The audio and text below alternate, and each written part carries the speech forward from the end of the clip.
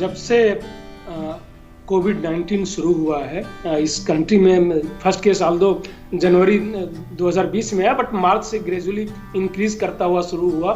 पूरे विश्व में दिसंबर 2019 के बाद से आने शुरू हुए केसेस। आज तक जो मोस्ट इफेक्टिव मेजर है इसको प्रिवेंट करने के लिए वह है 2 गज की दूरी, मास्क पहनना और फ्रीक्वेंट हैंड वॉश करना। ये 3 सबसे, बाकी भी हैं बट ये 3 सबसे महत्वपूर्ण पहलू है उसका। और ये जो है पहलू है उसका ट्रांसमिशन अगर हम समझें तो उस पे रिलेटेड है। कई बार हम लोग जिक्र कर चुके हैं, इसलिए उसको नहीं रिलेटेड करेंगे क्यों मास्क जरूरी है। और ये जहाँ तक वैक्सीन की बात है, वैक्सीन जो है पूरी दुनिया में लगनी शुरू हो गई है। वैक्सीन एक तो अभी तक एक ही डोज लग पाई है ज्यादातर वैक्सीन की, सेकेंड डोज कुछ वैक्सीन की शुरू हो गई यूएस में जहां सबसे पहले वैक्सीनेशन शुरू हुआ था।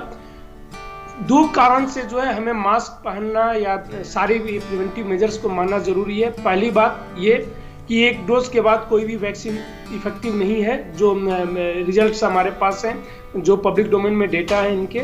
लेकिन एक इसके बाद जो है जब सेकेंड लग जाता है उसके बाद भी करीब 2 हफ्ते का समय और लग जाता है protective level of antibodies develop होने में।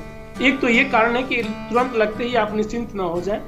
दूसरा जो कारण है, कोई भी वैक्सीन 100% इफेक्टिव नहीं है, कोई भी वैक्सीन नहीं होती। हो सकता है 5-10% ऐसे लोग हों जिनमें वो वैक्सीन इफेक्टिव नहीं हो, और वो अगर इवन सेकेंड डोज लगने के बाद भी रिलैक्स हो जाते हैं तो उनको होने का खतरा उतना ही हमेशा बना रहेगा।